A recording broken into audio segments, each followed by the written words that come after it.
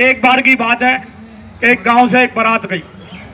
जब वो बारात गई तो उसमें ये तय हुआ कि सब लड़के ही लड़के जाएंगे, सब युवा ही युवा जाएंगे, कोई भी बुजुर्ग आदमी को नहीं ले जाएंगे।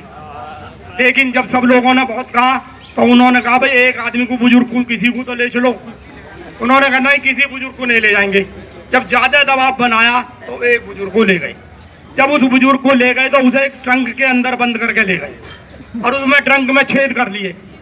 जब ट्रंक में छेद कर लिए और जब माँ बारात पहुंच गई और जब सब काम हो रहा, दावत बावत होने लगी, सब कुछ होने लगा, जब फेरों का समय आया तो गांव के लोगों ने कहा भाई हमारी एक शर्त है, हम फेरे जब डालेंगे कि जब तुम इस नदी को, ये जो नहर है नदी को, इस नदी को दूध से भर दोगे। अब वो सब चकरा गए, बोले कि इतना दूध हम लोग कहाँ से लाएं।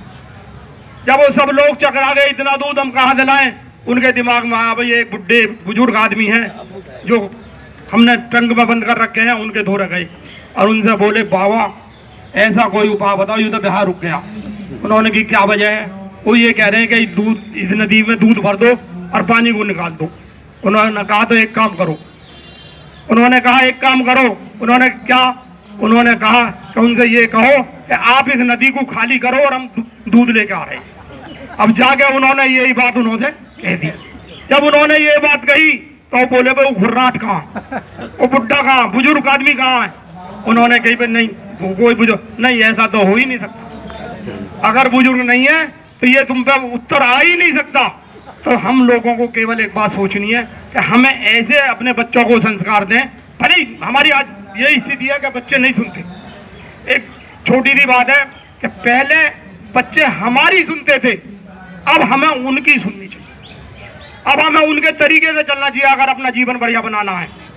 अगर हमें अपनी जिंदगी, अब हम लोग 60, 65, 70 के हो गए, 10-20 साल की हमारी जिंदगी है, अगर हमें बढ़िया जिंदगी काटनी है तो हमें उनको अपने साथ लेकर चलना पड़ेगा और उनकी बात को मानना पड़ेगा। अगर मान लो गलती भी करते हैं तो उस टाइम मत कहो, उस टाइम उनसे गाली उपकार मत करो, बाद में उन्हें समझाओ। आपकी निश्चित बात मानी जाएगी, आपका सम्मान होगा। इसी बात के साथ मैं अपनी बात समाप्त करूंगा। जय हिंद, जय भारत, जय श्री राम।